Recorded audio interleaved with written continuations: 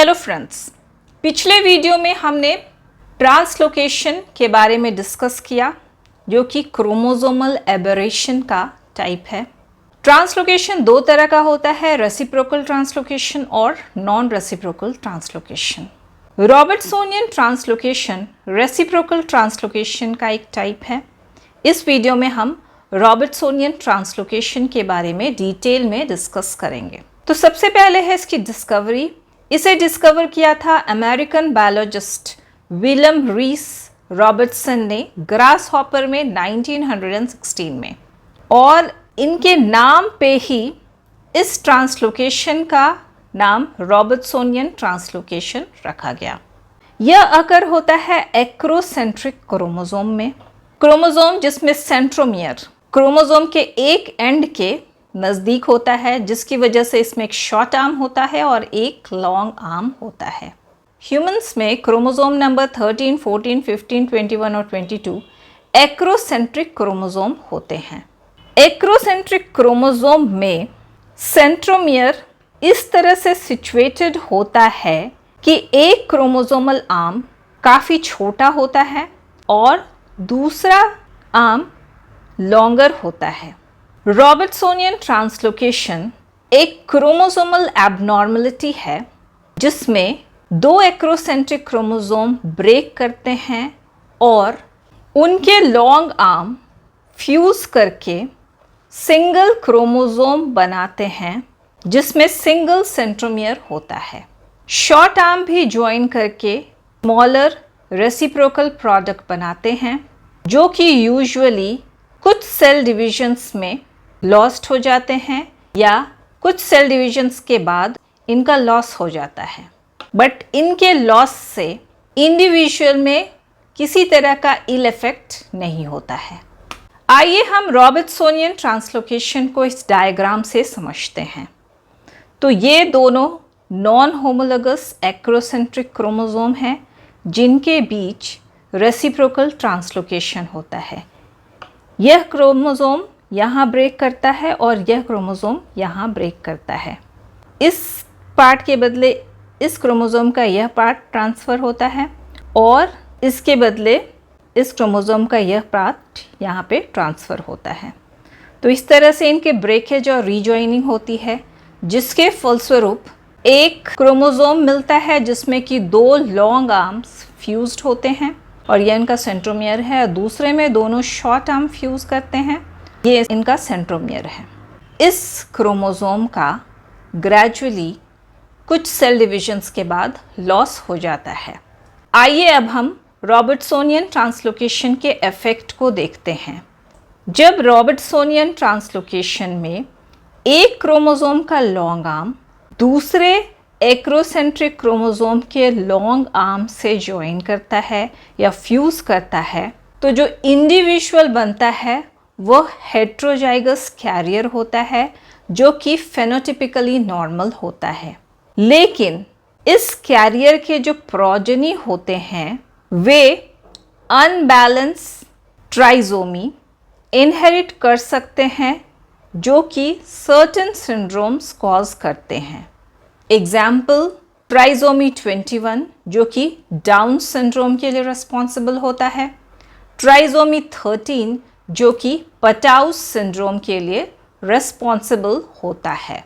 1000 में से एक न्यूबॉर्न्स में रॉबर्टसोनियन ट्रांसलोकेशन होता है। यह मोस्ट फ्रिक्वेंट होता है क्रोमोसोम 13 और 14 के बीच, 14 और 21 के बीच तथा 14 और 15 के बीच। ये सारे क्रोमोसोम्स एक्रोसेंट्रिक क्रोमोसोम होते हैं। तो ये है इंडिविजुअल जिसके क्रोमोसोम नंबर 14 और 21 के बीच रॉबर्टसोनियन ट्रांसलोकेशन होता है। इसमें डिप्लॉयड नंबर ऑफ क्रोमोसोम 46 होते हैं, 2n = 46। इसमें एक नॉर्मल क्रोमोसोम 14 होता है, एक नॉर्मल क्रोमोसोम 21 होता है और एक रॉबर्टसोनियन ट्रांसलोकेटेड क्रोमोसोम होता है 14/21 जिसमें कि क्रोमोसोम 14 और 21 के लॉन्ग आर्म फ्यूज़ करते हैं।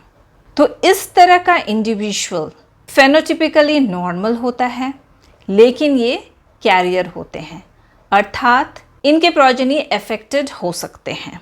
तो ये जब गैमेट्स बनाते हैं तो ये सारी पॉसिबिलिटीज़ हो सकते हैं।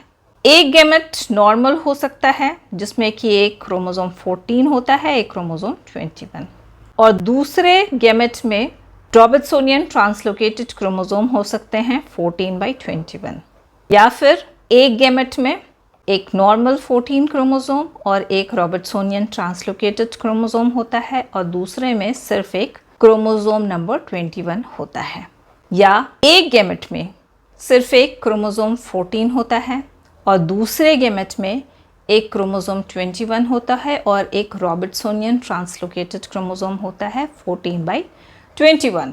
तो फर्टिलाइजेशन के समय जब इन गैमेट्स का नॉर्मल गैमेट से, जिसमें कि एक क्रोमोसोम 14 होता है, एक क्रोमोसोम 21 होता है, उससे फ्यूजन होता है, तो जो जाइगोट बनते हैं उनमें ये सारे पॉसिबिलिटीज़ हो सकते हैं।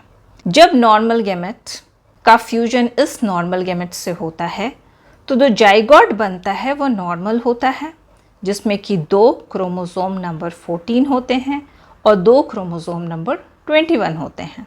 अगर इस नॉर्मल गैमेट का फ्यूजन इस गैमेट से होता है तो जो जाइगोट बनता है उसमें एक नॉर्मल क्रोमोसोम 14 और एक नॉर्मल क्रोमोसोम 21 होता है, साथ ही एक रॉबर्ट्सोनियन ट्रांसलोकेटेड क्रोमोसोम 14/21 होता है। तो ये फेनोटिपिकली नॉर्मल होते हैं, लेकिन ये बैलेंस्ड कैरियर होते हैं जिससे कि इनके प्रोजेनी अफेक्टेड हो सकते हैं। जब इसका फ्यूजन इस गैमेट से होता है तो इसमें 2 क्रोमोसोम नंबर 14 होते हैं, एक क्रोमोसोम 21 होता है और एक रॉबर्ट्सोनियन ट्रांसलोकेटेड 14/21 होता है। तो अगर हम देखें तो इसमें क्रोमोसोम नंबर 14 में तो जीन्स होते हैं, उसके 3 कॉपीज प्रेजेंट होते हैं, इसलिए इन्हें हम कहते हैं ट्राइसोमी 14। अब इस गैमेट का जब इससे फ्यूजन होता है तो जो जाइगोट बनता है उसमें एक क्रोमोसोम 14 और 2 क्रोमोसोम 21 होता है। तो यहाँ एक क्रोमोसोम नंबर 14 कम है, अर्थात टोटल जो क्रोमोसोम होते हैं, डिप्लॉयड नंबर ऑफ क्रोमोसोम, वो 46 की जगह 45 होते हैं। तो यहाँ एक क्रोमोसोम 14 लेस है, इसलिए इसे हम मोनोसोमी 14 कहते हैं।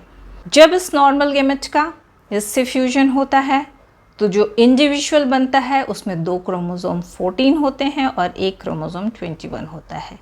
यहाँ भी एक क्रोमोसोम 21 लेस होता है और टोटल नंबर ऑफ क्रोमोसोम 46 की जगह 45 होता है। इसे हम कहते हैं मोनोसोमी 21। जब इस गैमेट का इससे फ्यूजन होता है तो जो जाइगोट बनता है उसमें एक नॉर्मल क्रोमोसोम 14 होता है, 2 नॉर्मल क्रोमोसोम 21 होता है और साथ ही एक रॉबर्ट्सोनियन ट्रांसलोकेटेड क्रोमोसोम होता है। तो यहाँ क्रोमोसोम नंबर 21 में जो जीन्स होते हैं उसके 3 कॉपीज प्रेजेंट होते हैं, इसलिए इसे हम कहते हैं ट्राइसोमी 21, और यह इंडिविजुअल में डाउन सिंड्रोम के लिए रेस्पॉन्सिबल होता है। तो ये थी आज की वीडियो। अगर आपको ये वीडियो पसंद आई हो तो इसे लाइक करें, शेयर करें और मेरे चैनल को सब्सक्राइब करना ना भूलें। Thank you.